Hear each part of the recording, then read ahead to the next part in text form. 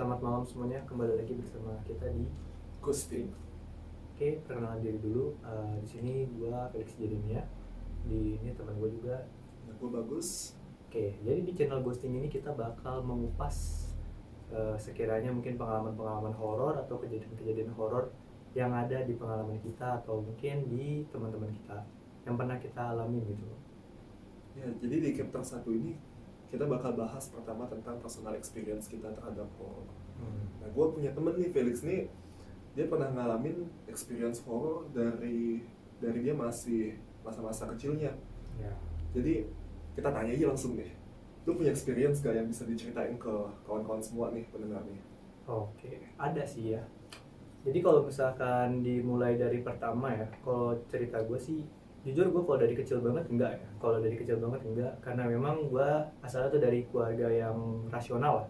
Jadi kayak kalau hal-hal horor itu kan dia nggak bisa dinalar kan ya. Jadi kayak oke lah, gue dari latar belakang keluarga yang logik gitu loh. Jadi untuk hal-hal horor gitu gue waktu kecil nggak percaya. Gue tuh pertama kali ngerasain itu di kelulusan SMP. Itu sekitar umur berapa ya? 15-16 tahunan lah ya. Ya sekitar umur segituan. Itu di perumahan gue sendiri.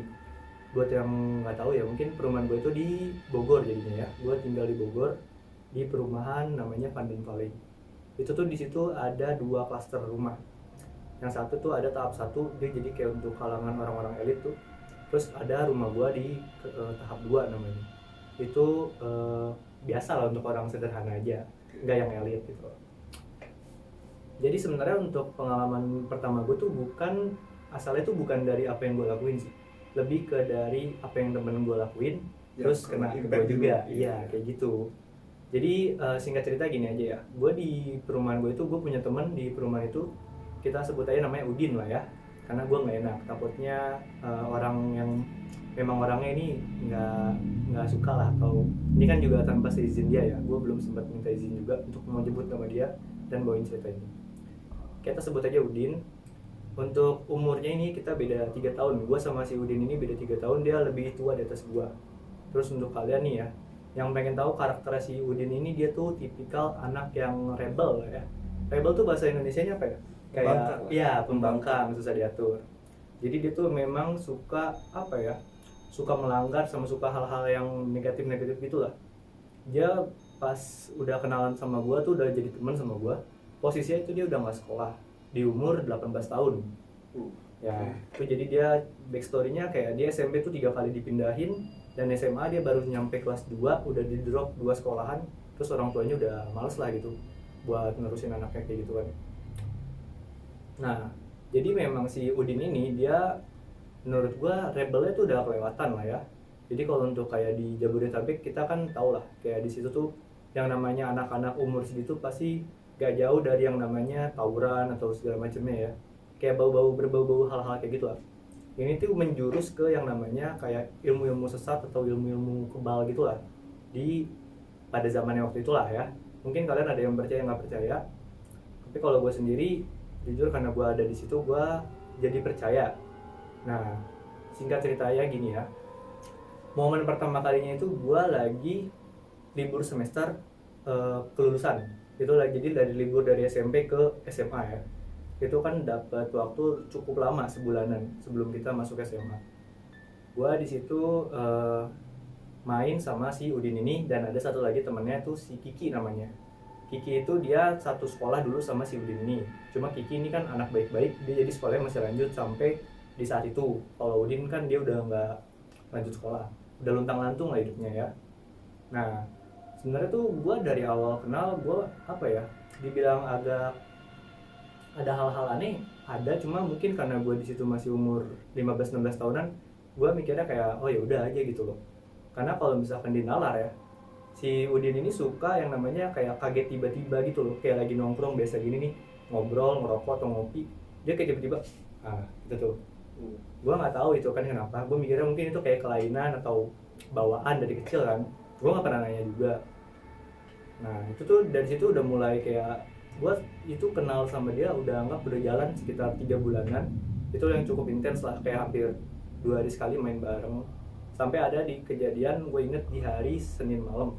Ini Senin malam ya, bukan malam Jumat. Jadi bukan Jumat Kliwon atau apa, enggak. Ini di hari normal. Di Senin malam itu gue sekitar jam 11-an itu lagi nongkrong. Jadi kita emang biasa nongkrong tuh kalau di perumahan gue kayak di rumah yang udah kosong terus yang udah nggak terus. Itu tuh kita suka nongkrong di lantai 2-nya, kayak gitar-gitaran sambil ngopi-ngopi gitu. Terus cuma bertiga, gue, si Udin sama si Kiki ini. Cerita pertama horor gue sih pertama dimulai dari sini ya. Sebelum-sebelumnya gue nggak pernah ada yang ngerasain kayak digangguin atau ada berbau-bau horor gitu dalam hidup gue, enggak. Karena gue jujur gue nggak percaya, gue menolak itu juga. Jadi langsung ke ceritanya aja. Jadi waktu itu lagi nongkrong di situ jam 11 malaman. Itu ceritanya kita ya udah kayak nongkrong biasa aja, kayak gitar-gitaran, terus kayak ngobrol-ngobrol biasa aja, nyanyi-nyanyi. Itu letak rumah kosongnya itu memang dia di pojok belakang, dan belakang rumah kosongnya itu dia lahan sekitar 1 hektaran lah. Itu lahan kosong udah rumput liar panjang-panjang. Itu tembus ya, terbengkalai. Itu bisa tembus ke kampung belakang perumahan gua. Saking jauhnya itu, saking luasnya. Kita selalu nongkrong situ kan. Itu padahal pondasi rumahnya udah mau rubuh, cuma gua nggak tahu ya kenapa kita on aja gitu loh. Bisa nekat mau nongkrong di situ. Cuma memang di situ tempatnya tenang. Karena ya itu di pojok belakang letaknya. Oke, jadi waktu itu kita lagi udah kayak orang nongkrong biasa, kayak hari-hari normal biasanya aja nongkrong. Cuma di situ pembahasannya mungkin rada sensitif ya menurut gua. Jadi kita di situ entah kenapa si Kiki ini lagi main gitar. Dia tiba-tiba nanya kayak, lu inget nggak sih Din gitu, ke si Udin ya. Dia kan dulu satu sekolah nih. Dulu tuh di toilet lu pernah apa? Kita pernah dilihat-lihat apa gitu. Di situ kan gua kayak yang nggak tahu ceritanya, gua cuma jadi pendengar aja. Si Udin ini negesin lah kayak, oh iya ya gitu deh, yang itu kan gitu. Terus gue penasaran kan kayak, apaan gitu, apaan yang lu pada lihat. Terus dia pada jelasin kan kayak, jadi dulu tuh di SMP kita tuh ada di pojok kamar mandi kayak sosok bapak-bapak yang mukanya tuh gepeng sebelah. Itu kalau di ya kayak kalau untuk kayak orang anak-anak Jabodetabek tuh ya, pasti itu terkenal lah kayak Mister Gepeng sebutannya. Itu kayak urban legendnya anak-anak SD di Jabodetabek lah. Kayak setiap toilet sekolahan selalu ada cerita kayak gitu. Gue pun mikirnya kayak ya udah kan, emang gue juga sering denger dulu waktu SD gitu kan, cuma gue nggak percaya. Terus karena gue juga cuma sebagai denger cerita doang di situ, ya udah gue nggak banyak ngomong kan. Mereka cerita. Nah ini kan jadi konteksnya si Udin ini, dia tuh gue nggak tahu ya, dia tuh maksudnya motivasinya tuh apa dia ngomong kayak gini ya. Dia tuh ngomong kayak, iya ya dulu ngapain kita kabur ya ngeliat kayak gituan ya. Coba kalau sekarang di sosok kayak gitu ada depan gue, kayak gue injek-injek dah palanya. Jadi kayak nantang gitu loh. Karena dia ngerasa kayak sekarang tuh dia kayak udah punya pegangan gitu loh. Pegangan dalam artian ya ilmu jelek lah, ilmu hitam gitu. Nah di situ tuh si Kiki ngomong kan kayak, jangan gitulah. Itu soalnya jujur kalau dari karakter ya, Kiki itu orangnya penakut, dia anak baik-baik soalnya. Bukan yang rebel yang kayak si Udin ini, bukan. Jadi bertolak belakang lah karakter mereka. Oke, abis itu pokoknya kayak ya udah kita bahas-bahas masalah horor-horor gitu, sambil dengan si Udin itu yang kayak secara nggak langsung tuh dia nantang gitu loh. Kayak gue sih udah nggak takut ya masalah kayak sosok-sosok gituan, dia mau ada di sini depan gue juga nggak takut, gue nggak akan kabur. Jadi ibaratnya kayak nantang gitu. Nah mungkin di situ ada sosok di rumah atau di area sekitar itu yang ya, ketrigger, benar. Ya. Pertama itu jadi ya udah awalnya tuh kayak di jam 12 jam 1 tuh masih aman aja, nggak ada apa-apa. Kita masih gitar-gitaran sambil ngopi gitu kan. Sambil gue inget banget itu lagi bahas masalah cewek. Biasalah kan anak-anak muda zaman dulu. Lagi bahas masalah cewek, mereka lagi kayak nanya-nanya gitu ke gue kayak, lu sekarang dekat sama siapa gitu-gitu, ada cewek nggak? Ya, pokoknya kayak basa-basi gitu lah. Nah pas kita lagi ngobrol-ngobrol seru-seru gitu di lantai bawah, ini kan jadi gue nongkrong di lantai 2 nih, di bagian kayak rooftop gitu, tapi rooftopnya itu ya udah bener-bener kayak cuma lahan doang, udah nggak ada pembatas jendelanya atau apa. Iya udah nggak ada. Semen doang sih. Ya cuma ada semen doang, cuma emang di situ bersih di lantai 2-nya. Di bawahnya memang udah rumput-rumput liar gitu. Jadi otomatis yang namanya lantai 2 berarti di lantai 1-nya ada tangga kan. Jadi pas kita lagi cerita, lagi ketawa-ketawa gitu sambil metik-metik gitar sedikit demi sedikit, pelan-pelan gitu, tiba-tiba kayak ada suara langkah kaki sih. Ini yang pertama kali denger tuh si Kiki. Gue awalnya nggak notice, kayak suara langkah kaki, step kayak mau naik gitu, tapi gimana ya, itu kan karena tangganya itu anak tangganya udah ada rumputnya ya. Jadi kayak orang ataupun kucing lah atau hewan gitu, kalau misalkan nginjek pasti ada suara, karena dia ada alasnya itu udah ada rumput-rumput liar gitu. Jadi kita kayak secara nggak langsung karena si Kiki notice kayak denger gak? Kok kayak ada yang naik ya? Kita diem sejenak, terus benar memang kayak ada langkah kaki naik gitu kan, step. Terus di situ si Udin ngomong ke gue kayak, coba Lix lihat itu apaan itu. So gue bilang kan kayak satpam kali nyuruh jangan berisik udah malam. Ya udah lihat aja. Gue dengan polosnya ya udah, gue juga karena gue nggak mikir apa-apa kan, gue kan nggak percaya hal gituan dulu. Gue ambil HP gue tuh yang Samsung Galaxy Neo tuh, yang masih dulu lah, Android zaman dulu, pakai flashlight, gue senterin di lorong tangganya itu. Gue senterin, nggak ada apa-apa. Justru yang bikin gue bingung tuh nggak ada apa-apa, tapi lah suaranya tetap ada. Ya. Suaranya tetap ada. Itu di situ jujur gue nggak mikir aneh-aneh sih, gue mikir kayak mungkin kucing di bawah naik turun gitu kan. Soalnya emang gue nggak ngerasa ada tekanan atau ada sesuatu yang mistis karena gue nggak percaya juga. Terus kayak ya udahlah, akhirnya kayak gue sorot nggak ada apa-apa tapi ada suaranya, ya udah gue balik lagi, terus gue bilang nggak ada apa-apa. Teman-teman gue juga kayak, oh ya udah kucing mungkin kan. Itu yang pertama. Terus lewat dari jam 1 itu, jam setengah 2an, nggak lama nih, kayak selang sekitar 30 menit kurang lah. Kita lagi masih lanjut ngomongin, ya udah bahas-bahas cerita-cerita aja. Tiba-tiba tuh si Kiki lagi yang notice kayak, nyium nggak bau apa? Terus gue kayak, gue nggak tahu kesuges juga atau gimana ya.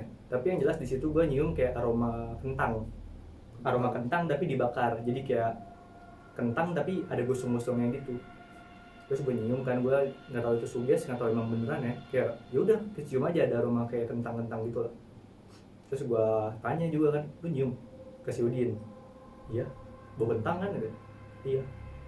Nah di situ gue nggak mikir apa-apa kan, gue mikir kayak memang aneh gitu loh, memang aneh kayak jam 1:30 pagi siapa yang bakar kentang? Terus itu kan letaknya di belakang banget ya. Siapa yang iseng 1:30 pagi bakar kentang gitu loh di situ. Tapi di situ ya kita masih kayak positive thinking aja lah. Kayak udah nggak ngerasa ada apa-apa juga. Lanjut masih, cuma si Kiki ini memang udah kayak udahlah balik aja nongkrong di tempat rumah gue aja, main PS aja. Terus karena si Udin ini kayak ngerasa udah terlanjur apa ya, PW lah di situ, udah terlanjur nyaman ya, udah terlanjur nyaman gitu iya. kan. Udah terlanjur nyaman, kata dia bilang gini kayak, nanggung lah jam 2an aja, habisin dulu rokoknya masih sekitar setengah bungkus lagi lah, sama kopi masih ada. Jadi kayak udah maksain situ, tapi si Kiki di situ posisinya udah kayak gelisah lah, kayak nggak tenang gitu, dikit-dikit ngecek HP, jadi kayak nggak nikmatin suasana kayak di awal lah, kayak udah mulai gelisah. Di situ gue di situ kayak ngerasa kayak memang gelisah juga ikutan karena si Kiki ini gelisah juga. Terus itu klimaksnya ini, jadi pas sekitar jam 2 kurang nih, nggak lama habis bau kentang itu, mungkin sekitar ya nggak jauh beda kayak step dari yang suara langkah itu terus ke yang baru aroma itu, nggak jauh beda lah durasinya, sekitar segitu juga sama 20-30 menit kan. Di bawah itu ada suara kayak orang loncat dari lantai 2 gitu, gitu. Tapi suaranya kenceng banget. Itu bertiga benar-benar dengar kan, benar-benar dengar. Terus kayak apaan tuh gitu, ada yang loncat gitu. Nggak mungkin kucing, itu soalnya gede banget kayak orang gitu, kayak orang jatuh dari atas. Jadi kayak kita bertiga denger kan, terus kayak udah mulai panik juga, ngecek ke bawah, takutnya beneran kan ada orang loncat bunuh diri atau apa, mikirnya kan nggak tahu. Kita ngecek bertiga, nggak ada apa-apa, di bawah nggak ada apa-apa, benar-benar bersih, plong, nggak ada apa-apa. Di situ udah mulai sih beda dari yang pertama gue cek ada suara langkah kaki sama yang ada suara itu kayak orang loncat itu. Pas kita ngecek bertiga, feelnya beda sih. Gue kayak jujur kayak agak merinding di situ. Entah kenapa, padahal nggak ada apa-apa ya, tapi di situ kayak gue merinding. Terus karena si Udin ini rokoknya ketinggalan di atas tuh, jadi kita kan ngelongok ke lorong tangga sampai ke posisi setengah lah, nggak turun nggak naik, di tengah-tengah. Jadi kita naik lagi bertiga. Pas si Udin lagi mau ambil rokok ini, kita lagi mainin HP. Ini jelas banget sih, maksudnya kayak bukan ngeliat atau bukan apa, jadi kita bertiga tuh dengar kayak ada suara ngebas banget suaranya. Itu kayak benar-benar di samping kuping kanan kita masing-masing, kayak ada suara ngebas, terus suara gitu. Jadi kayak suara hembusan napas tapi ngebas banget, berat banget. Itu kita langsung kelihatan, langsung udah nggak pakai ngomong-ngomong lagi, langsung turun ke bawah, langsung ambil motor, langsung boti, ciao.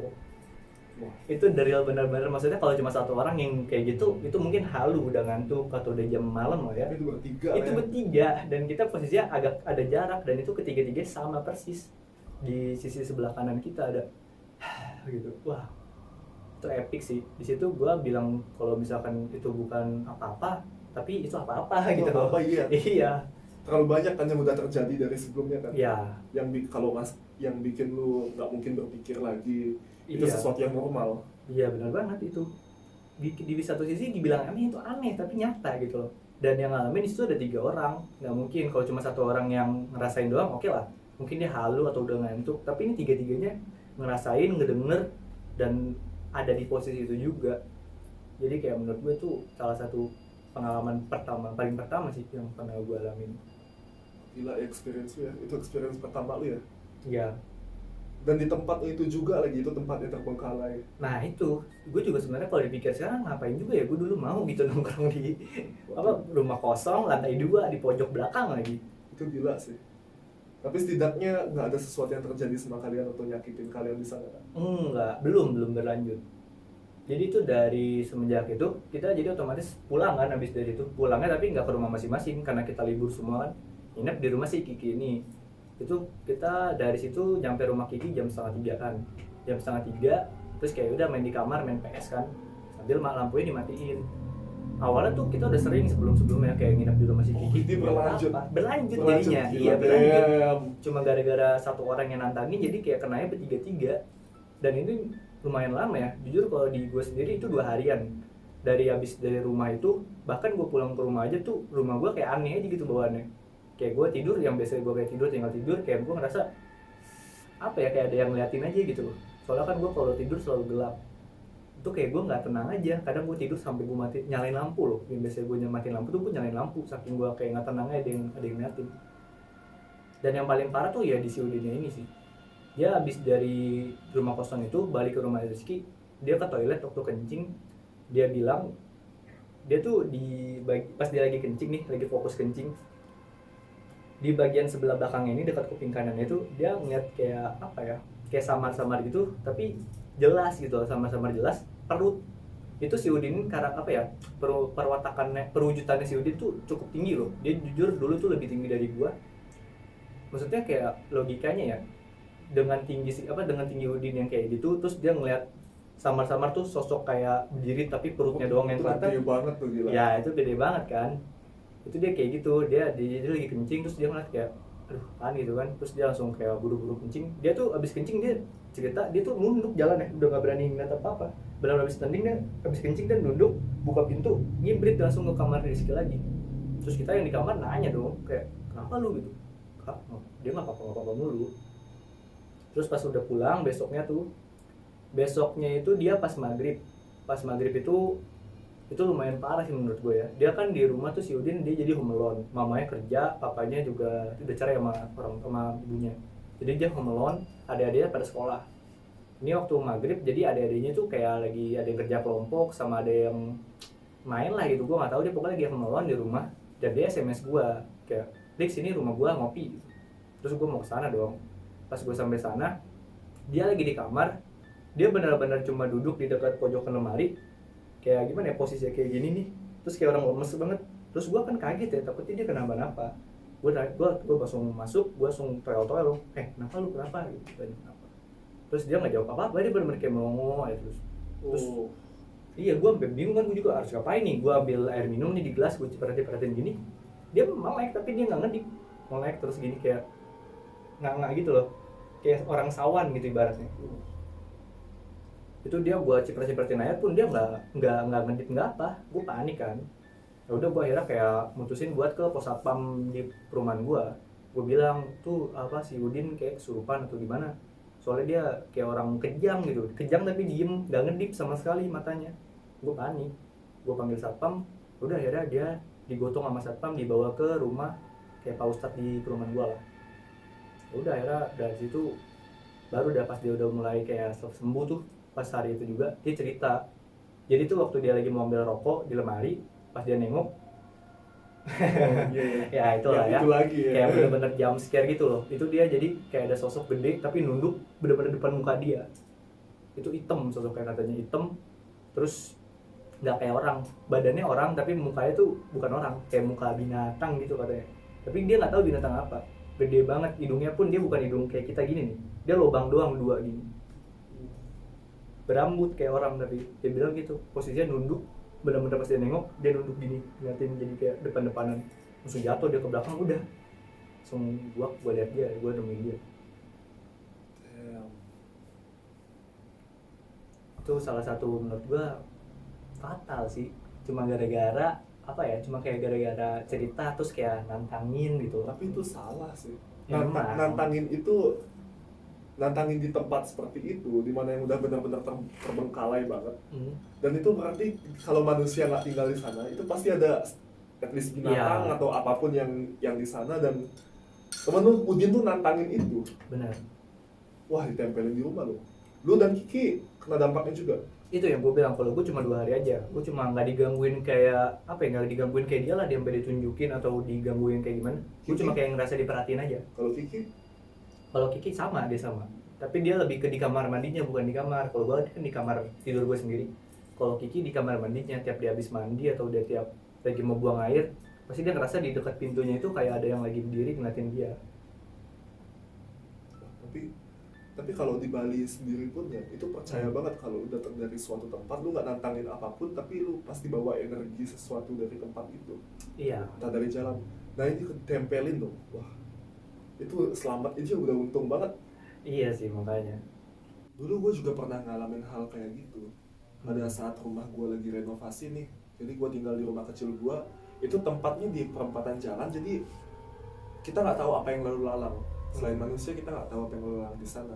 Jadi pada saat gue mandi nih, selesai mandi itu gue masih pakai pakaian biasa gitu. Shower gue ada yang mati hidupin pada saat itu. Dan gue itu marah. Pada saat itu gue malah bentakin mereka. Gue bilang, kalian tuh ngapain sih? Pada saat gue bentak, itu terang banget ruangan semuanya. Ruangan tuh terang banget. Dan ada yang keluar dari kamar mandi. Itu gue ingatnya cuma bayangan hitam kecil. Dan gue itu sadar pada saat itu, wah gue lagi ngeliat ini nih untuk first time. Dan kita sama-sama tahu ya, setiap orang itu punya persentase yang berbeda untuk ngelihat hal seperti itu. Ada yang mungkin 5%, ada yang 10%. Nah kebetulan bagi gue nih, beruntungnya gue cuma bisa ngelihat hal-hal seperti itu 1% doang. Kecil banget persentase gue, mungkin lebih kecil daripada itu. Jadi pada saat mereka nunjukin diri mereka secara sepenuhnya, gue cuma bisa lihat itu bayangan. Jadi gara-gara gue bentak, mereka ke-trigger keluar. Dan itu yang gue maksud, kita harus benar-benar menghormatin banget apa yang ada di sekitar kita. Dan gue jadi keinget juga ngobrol seperti ini, salah satu teman gue yang punya pengalaman yang udah banyak banget tentang hal-hal mistis gini. Dia pernah bilang ke gue kalau pada saat kita ngobrolin mereka atau dunia-dunia lain yang bukan sedunia dengan kita, itu mereka hadir, energi mereka hadir di sekitar kita. Jadi walaupun kita ngobrolin gini pun energi mereka hadir. Itu kenapa kita harus tetap menghormati mereka. Iya. Nah itulah kenapa makanya kalian tuh harus menghargai. Kalian harus tahu lah, mau itu tempat baru atau tempat lama, itu harus benar-benar jaga sikap, jaga omongan. Karena kita nggak tahu apa yang ada di situ, dan bahkan kita juga nggak tahu nih apa yang lagi ada di sebelah kita atau di belakang kita. So always remember, you're not alone.